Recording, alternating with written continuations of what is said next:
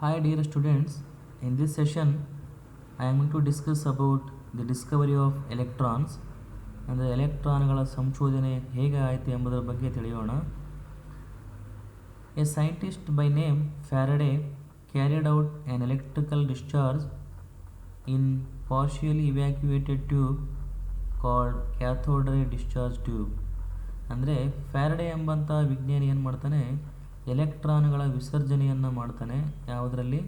ಅರೆ ನಿರ್ವಾತ ಕೊಳವೆ ಅಂದರೆ ಅರ್ಧಂಬರ್ಧ ನಿರ್ವಾತ ಪ್ರದೇಶವನ್ನು ಉಂಟು ಮಾಡಿರ್ತಕ್ಕಂಥ ಕೊಳವೆಯಲ್ಲಿ ಏನು ಮಾಡ್ತಾನೆ, ಎಲೆಕ್ಟ್ರಾನ್ಗಳ ವಿಸರ್ಜನೆ ಮಾಡುವುದರ ಮುಖಾಂತರ ಎಲೆಕ್ಟ್ರಾನ್ಗಳ ಸಂಶೋಧನೆ ಮಾಡ್ತಾನೆ. The cathode ray discharge tube is made up of glass having 2 thin pieces of A metal called electrodes. ಅಂದರೆ ಕ್ಯಾಥೋಡ್ ರೇ ಡಿಸ್ಚಾರ್ಜ್ ಟ್ಯೂಬ್ ಏನನ್ನು ಒಳಗಡೆ ಯಾವುದರಿಂದ ಆಗಿರುತ್ತೆ ಅಂದರೆ ಗ್ಲಾಸಿಂದ ಮಾಡಲ್ಪಟ್ಟಿರುತ್ತೆ. ಇದು 2 ತೆಳುವಾದ ಲೋಹಗಳ ಹಾಳೆಗಳನ್ನು ಹೊಂದಿರುತ್ತೆ. ಅವುಗಳನ್ನು ನಾವು ಏನಂತ ಕರಿತೀವಿ?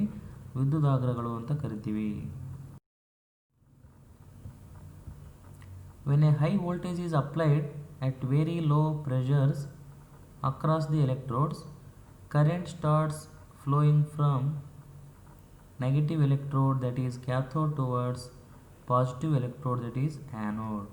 ಅಂದರೆ ಹೈ ವೋಲ್ಟೇಜ್ ಮತ್ತು ಅತಿ ಕಡಿಮೆ ಒತ್ತಡವನ್ನು ನಾವು ಎಲೆಕ್ಟ್ರೋಡ್ ಮುಖಾಂತರ ಅನ್ವಯಿಸಿದಾಗ ಕರೆಂಟ್ ಏನಾಗುತ್ತೆ? ಮೂವ್ ಆಗುತ್ತೆ. ಯಾವುದರಿಂದ? ಕ್ಯಾಥೋಡಿಂದ ಆ್ಯನೋಡ್ ಕಡೆ ಕರೆಂಟು ಫ್ಲೋ ಆಗುತ್ತೆ. ಈ ಕರೆಂಟನ್ನು ನಾವೇನಂತ ಕರಿತೀವಿ ಅಂದರೆ ಎಲೆಕ್ಟ್ರಾನ್ಗಳ ಪ್ರವಾಹ ಅಂತ ಕರಿತೀವಿ. These rays are called cathode rays. Cathode ಕಿರಣಗಳಂತ ಇವುಗಳನ್ನು ನಾವು ಕರಿತೀವಿ. This is a diagram of cathode ray discharge tube which is having 2 electrodes.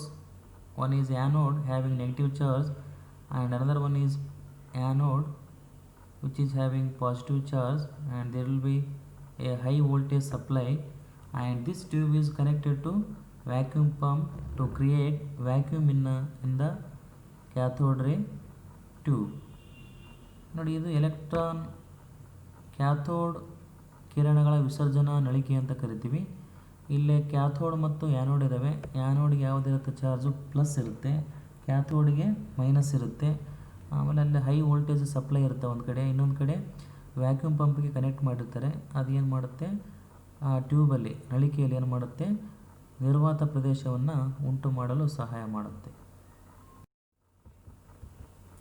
The flow of current from cathode to anode was checked by making a hole in the anode and coating the tube behind anode with phosphorescent material like zinc sulfide. ಅಂದರೆ current ಕ್ಯಾಥೋಡಿಂದ anode ಕಡೆ move ಆಗ್ತಿದೆ ಎಂಬುದನ್ನು check ಮಾಡಬೇಕಾದ್ರೆ ಏನು ಮಾಡ್ತಾರೆ? ಆ್ಯನೋಡಲ್ಲಿ ಒಂದು hole ಮಾಡ್ತಾರೆ. ಅದರ ಜೊತೆಗೆ ಆ್ಯನೋಡ್ ಹಿಂದ್ಗಡೆ ಇರ್ತಕ್ಕಂಥ ನಳಿಕೆಯ ಗೋಡೆಗೆ ಏನು ಮಾಡ್ತಾರೆ? ಫಾಸ್ಫರಸೆಂಟ್ ಮೆಟೀರಿಯಲ್ನ ಕೋಟ್ ಮಾಡ್ತಾರೆ. Example zinc sulphide. Phosphorescent material ಅಂದರೆ ಪ್ರತಿದೀಪಕ ವಸ್ತು ಅಂತ ಕರಿತೀವಿ. When cathode rays strike the zinc sulfide coating, a bright spot on the coating is developed. ಅಂದರೆ ಕ್ಯಾಥೋಡ್ ರೇಸ್ ಯಾವಾಗ ಜಿಂಕ್ ಸಲ್ಫೈಡ್ ಮೇಲೆ ಡಿಕೆ ಹೊಡಿತೇವೆ ಆವಾಗ ಏನಾಗುತ್ತೆ? ಬ್ರೈಟ್ ಪ್ರಕಾಶಮಾನವಾದ ಒಂದು ಚುಕ್ಕೆ ಏನಾಗುತ್ತೆ? ಆ ಕೋಟಿಂಗ್ ಮೇಲೆ ಡೆವಲಪ್ ಆಗುತ್ತೆ, ಉತ್ಪತ್ತಿ ಆಗುತ್ತೆ. ನೋಡಿ, ಈ ಚಿತ್ರದಲ್ಲಿ ನೀವು ಕಾಣ್ಬೋದು cathode ray discharge tube with perforated anode. Perforated anode ಅಂದರೆ ಹೋಲ್ ಮಾಡಿರ್ತಕ್ಕಂಥ ಆ್ಯನೋಡ್ ಮುಖಾಂತರ ಕ್ಯಾಥೋಡಿಂದ ಬಂದಿರತಕ್ಕಂಥ ಕ್ಯಾಥೋಡ್ ಕಿರಣಗಳು ಆ್ಯನೋಡ್ ಮುಖಾಂತರ ಆ್ಯನೋಡ್ ಹಿಂದೆಗಡೆ ಇರ್ತಕ್ಕಂಥ ಫ್ಲೋರಸೆಂಟ್ ಕೋಟಿಂಗ್ ಮೇಲೆ ಏನಾಗುತ್ತೆ? ಬಿದ್ದಾಗ ಪ್ರಕಾಶಮಾನವಾದ ಚುಕ್ಕೆಗಳು ಮೂಡ್ತವೆ. ಅದು ನಮಗೇನು ತೋರಿಸುತ್ತೆ? ಕ್ಯಾಥೋಡ್ ಕಿರಣಗಳು ಕ್ಯಾಥೋಡ್ ಕಡೆಯಿಂದ ಆ್ಯನೋಡ್ ಕಡೆ ಮೂವ್ ಆಗ್ತಿದೆ ಎಂಬುದನ್ನು ತೋರಿಸುತ್ತೆ. The results of cathode ray discharge tube experiment. ಅಂದರೆ ಕ್ಯಾಥೋಡ್ ಕಿರಣಗಳ ವಿಸರ್ಜನಾ ನಳಿಕೆಯ ಪ್ರಯೋಗದ ಫಲಿತಾಂಶಗಳನ್ನು ನೋಡೋಣ. The cathode rays start from cathode and move towards anode. ಅಂದರೆ ಕ್ಯಾಥೋಡ್ ಕಿರಣಗಳು ಕ್ಯಾಥೋಡಿಂದ ಆ್ಯನೋಡ್ ಕಡೆ ಏನಾಗ್ತವೆ? ಮೂವ್ ಆಗ್ತವೆ, ಚಲಿಸ್ತವೆ. The cathode rays are not visible but their behaviour can be seen using fluorescent or phosphorescent materials like zinc sulphide. ಅಂದರೆ cathode ಕಿರಣಗಳು ಕಣ್ಣಿಗೆ ಕಾಣುವುದಿಲ್ಲ, ಬಟ್ ಅವುಗಳ ಸ್ವಭಾವವನ್ನು ಅಥವಾ ನಡತೆಯನ್ನು ನಾವು ತಿಳಿದುಕೊಳ್ಳಬಹುದು ಯಾವುದ್ರ ಮುಖಾಂತರ? ಫ್ಲೋರಸೆಂಟ್ ಅಥವಾ ಫಾಸ್ಫರೆಸೆಂಟ್ ಮೆಟೀರಿಯಲ್ಗಳನ್ನು ಉಪಯೋಗಿಸೋದ್ರ ಮೂಲಕ. The cathode rays travel in straight lines in the absence of electrical or magnetic field. Cathode ಕಿರಣಗಳು ಏನು ಮಾಡ್ತವೆ? ಸರಳ ರೇಖೆಯಲ್ಲಿ ಚಲಿಸ್ತವೆ. ಯಾವಾಗ? ಎಲೆಕ್ಟ್ರಿಕ್ ಮತ್ತು ಮ್ಯಾಗ್ನೆಟಿಕ್ ಫೀಲ್ಡ್ ಇರದೇ ಇರತಕ್ಕಂಥ ಸಂದರ್ಭದಲ್ಲಿ. The cathode rays behave like negatively charged particles like electrons in the presence of electrical or magnetic field. ಅಂದರೆ ವಿದ್ಯುತ್ ಮತ್ತು ಕಾಂತೀಯ ಕ್ಷೇತ್ರಗಳ ಉಪಸ್ಥಿತಿಯಲ್ಲಿ ಕ್ಯಾಥೋಡ್ ಕಿರಣಗಳು ಯಾವ ರೀತಿಯಾಗಿ ನಡತೆಯನ್ನು ತೋರಿಸ್ತವೆ ಅಂದರೆ ಋಣ ಆವೇಶ ಹೊಂದಿರತಕ್ಕಂಥ ಕಣಗಳ ಥರ ಏನು ಮಾಡ್ತವೆ? ಅವು ಬಿಹೇವ್ ಮಾಡ್ತವೆ. ಯಾವ? ಕ್ಯಾಥೋಡ್ ಕಿರಣಗಳು. There properties do not depend on the nature of electrodes and the gas present in the cathode ray tube. ಅಂದರೆ ಕ್ಯಾಥೋಡ್ ಕಿರಣಗಳ ಗುಣಧರ್ಮಗಳು ಎಲೆಕ್ಟ್ರೋಡ್ಗಳ ಸ್ವಭಾವದ ಮೇಲೆ ಅವಲಂಬಿತ ಆಗಿರುವುದಿಲ್ಲ. ಅದರ ಜೊತೆಗೆ ಕ್ಯಾಥೋಡ್ ಕಿರಣ ನಳಿಕೆಯಲ್ಲಿರ್ತಕ್ಕಂಥ ಗ್ಯಾಸ್ ಅಥವಾ ಅನಿಲದ ಮೇಲೂ ಏನಾಗಿರಲ್ಲ? ಅವಲಂಬಿತ ಆಗಿರುವುದಿಲ್ಲ. The charge to mass ratio of an electron was measured by J Thomson. ನೋಡಿ, ಆವೇಶ ದ್ರವ್ಯರಾಶಿಯ ಅನುಪಾತವನ್ನು ಯಾವುದ್ರದ್ದು? ಎಲೆಕ್ಟ್ರಾನ್ದು ಮೊದಲ ಬಾರಿಗೆ ಅಳತೆ ಮಾಡಿರ್ತಕ್ಕಂಥ ವಿಜ್ಞಾನಿ ಜೆ ಥಾಮ್ಸನ್ನು. ಅದಕ್ಕೆ ಅವನು ಏನು ಯೂಸ್ ಮಾಡ್ತಾನಂದರೆ by using cathode ray tube, ಅಂದರೆ ಕ್ಯಾಥೋಡ್ ಕಿರಣ ನಳಿಕೆಯನ್ನು ಉಪಯೋಗ ಮಾಡ್ತಾನೆ. And applying an electrical and magnetic field perpendicular to each other and as well as to the path of electrons. ಅಂದರೆ ಏನು ಮಾಡ್ತಾನೆ? ಎಲೆಕ್ಟ್ರಾನ್ಗಳ ಪಥಕ್ಕೆ ಲಂಬವಾಗಿರ್ತಕ್ಕಂಥ ಮತ್ತು ಪರಸ್ಪರ ಲಂಬವಾಗಿರ್ತಕ್ಕಂಥ ವಿದ್ಯುತ್ ಮತ್ತು ಕಾಂತೀಯ ಕ್ಷೇತ್ರಗಳನ್ನು ಅನ್ವಯ ಮಾಡುವುದರ ಮುಖಾಂತರ ಏನು ಮಾಡ್ತಾನೆ? ಎಲೆಕ್ಟ್ರಾನನ ಆವೇಶ ಮತ್ತು ದ್ರವ್ಯರಾಶಿಗಳ ಅನುಪಾತವನ್ನು ಕಂಡುಹಿಡಿತಾನೆ. When only electric field is applied, electrons deviate from their path and hit the cathode ray tube at point A. ಅಂದರೆ ಕೇವಲ ವಿದ್ಯುತ್ ಕ್ಷೇತ್ರವನ್ನು ನಾವು ಅನ್ವಯ ಮಾಡಿದಾಗ ಏನಾಗ್ತವೆ? ಎಲೆಕ್ಟ್ರಾನ್ಸು ತಮ್ಮ ಪಥದಿಂದ ವಿಚಲನೆ ಹೊಂದಿ ಕ್ಯಾಥೋಡ್ ಕಿರಣ ನಳಿಕೆಯನ್ನು ಎ ಎಂಬ ಜಾಗದಲ್ಲಿ ಏನು ಮಾಡ್ತವೆ? ಡಿಕ್ಕಿ ಹೊಡಿತವೆ. When only magnetic field is applied, electron strike the cathode ray tube at point C. ಅಂದರೆ ಕೇವಲ ಕಾಂತೀಯ ಕ್ಷೇತ್ರವನ್ನು ಅನ್ವಯ ಮಾಡಿದಾಗ ಎಲೆಕ್ಟ್ರಾನ್ಗಳು ಏನು ಮಾಡ್ತವೆ? ತಮ್ಮ ಸ್ಥಾನವನ್ನು, ತಮ್ಮ ಪಥವನ್ನು ಬದಲಿಸಿಕೊಂಡು ಏನು ಮಾಡ್ತವೆ? ಕ್ಯಾಥೋಡ್ ಕಿರಣ ನಳಿಕೆಯಲ್ಲಿರ್ತಕ್ಕಂಥ ಪಾಯಿಂಟ್ ಸಿ ಎಂಬ ಜಾಗವನ್ನು ಏನು ಮಾಡ್ತವೆ? ಡಿಕ್ಕಿ ಹೊಡಿತವೆ. When balanced amount of electrical and magnetic field is applied, electrons hit the screen at point B. ಅಂದರೆ ಸಮತೋಲಿತ ಪ್ರಮಾಣದ ವಿದ್ಯುತ್ ಮತ್ತು ಕಾಂತೀಯ ಕ್ಷೇತ್ರಗಳನ್ನು ಅನ್ವಯ ಮಾಡಿದಾಗ ಏನಾಗ್ತವೆ? ಎಲೆಕ್ಟ್ರಾನ್ಸ್ಗಳು ಸ್ಕ್ರೀನನ್ನು ಬಿ ಪಾಯಿಂಟಲ್ಲಿ ಏನು ಮಾಡ್ತವೆ? ಡಿಕ್ಕಿ ಹೊಡಿತವೆ. ನೋಡಿ, ಇದನ್ನು ನಾವು ಈ ಕೆಳಗಿನ ಚಿತ್ರದಲ್ಲಿ ಕಾಣಬಹುದು. A, B and C points.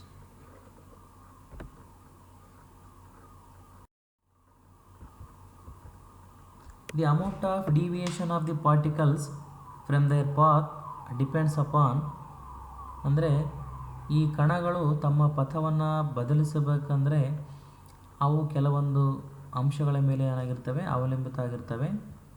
ಮೊದಲನೆಯದು the magnitude of the negative charge on the particle. ಅಂದರೆ ಕಣಗಳ ಮೇಲಿನ ಋಣ ಆವೇಶ ಎಷ್ಟು ಪ್ರಮಾಣದಲ್ಲಿದೆ ಅದರ ಮೇಲೆ ಅವಲಂಬಿತ ಆಗಿರುತ್ತೆ ಅವುಗಳ ವಿಚಲನೆ.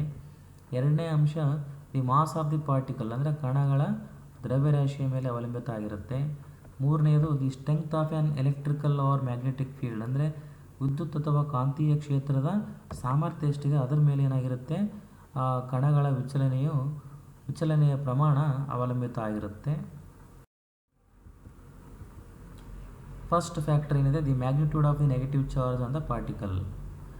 Greater the magnitude of the charge on the particle, greater is the deflection. ಅಂದರೆ ಕಣದ ಮೇಲಿನ ಋಣ ಆವೇಶ ಹೆಚ್ಚಾದಂತೆಲ್ಲ ಏನಾಗುತ್ತೆ, ಆ ಕಣದ ವಿಚಲನೆ ಏನಾಗುತ್ತೆ, ಹೆಚ್ಚಾಗುತ್ತಾ ಹೋಗುತ್ತೆ. ಇದು ಮೊದಲನೆಯ ಅಂಶ. ಅಂದರೆ ಅದು ನೇರ ಅನುಪಾತದಲ್ಲಿದೆ. ಅಂದರೆ ಒಂದು ಕಣದ ಮೇಲಿನ ಋಣ ಆವೇಶವು ಆ ಕಣದ ವಿಚಲನೆಗೆ ಏನಾಗಿರುತ್ತೆ, ನೇರ ಅನುಪಾತದಲ್ಲಿ ಇರುತ್ತೆ. ಎರಡನೇ factor the mass of the particle, ಅಂದರೆ ಕಣದ ದ್ರವ್ಯರಾಶಿ. Lighter the particle greater the deflection. ಅಂದರೆ ಪಾರ್ಟಿಕಲ್ಲು ಅತಿ ಹಗುರ ಇತ್ತಂದರೆ ಡಿಫ್ಲೆಕ್ಷನ್ ಏನಾಗಿರುತ್ತೆ, ಅತಿ ಹೆಚ್ಚು ಪ್ರಮಾಣದಲ್ಲಿರುತ್ತೆ.